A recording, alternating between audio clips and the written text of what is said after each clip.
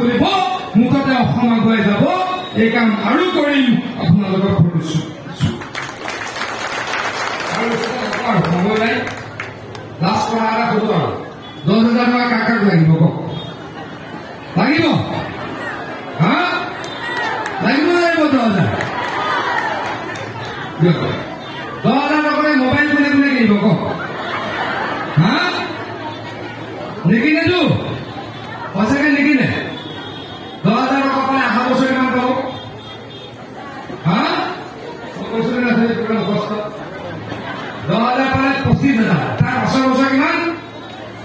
50 গোটেই অসমত ঘূৰি আহিব এটা কুৱেশ্যন এটা প্ৰশ্ন সকলোৱে সুধিলো মহিলাসকলৰ মুখত একদম টপককে এইটো আহি যায় এইটো হিচাপ কৰা থাকে হয়নে এইটো কোনে দিছে আগতে কোনোবাই কংগ্ৰেছে দিছিল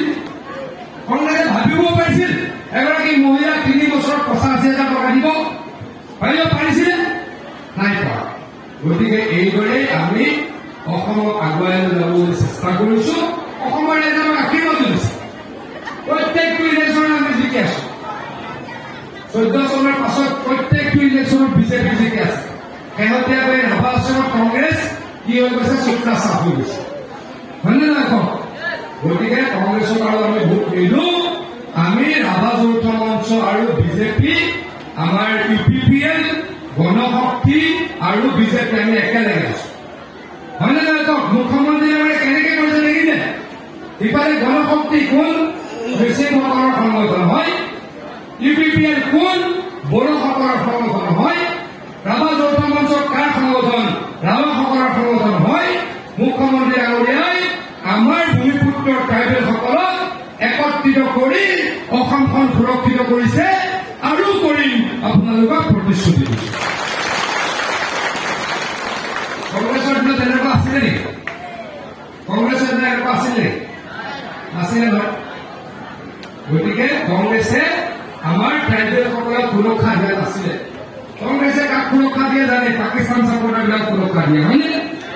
কংগ্ৰেছে পাকিস্তানৰ ছাপৰ্টাৰক সুৰক্ষা দিয়ে হয়নে নহয় কওক আমি পাকিস্তানৰ ছাপৰ্টাৰক আমি সুৰক্ষা নিদিওঁ আজি মুখ্যমন্ত্ৰী ডাঙৰীয়াই কৈছে পাকিস্তানী ছাপৰ্টাৰক আইনৰে ঠেং ভাঙিম আইনৰে এইখন কাৰ চৰকাৰ হিমন্ত বিশ্ব শৰ্মাৰ চৰকাৰ এইখন কাৰ চৰকাৰ নৰেন্দ্ৰ মোদীৰ বিজেপিৰ চৰকাৰ ৰাভা যৌথ মঞ্চৰ চৰকাৰ আপোনালোক সকলোৱে বিজেপি পদুমপুৰত চবে ভোট দিব ৰাভা যৌথ মঞ্চৰ প্ৰাৰ্থী আমি একেলগেতো গতিকে ভোট চিনটো কি হ'ব চিনটো পদুম হয়নে দিবতো সকলোৱে দিবতো সকলোৱে পদুমপুৰৰ চবে ভোট দিব কেতিয়াবা টিভিত এবাৰ পদুমপুৰ হ'ব সকলোৱে পদুমপুৰৰ চবে ভোট দি জয়যুক্ত বৰষুণ কৈছে ন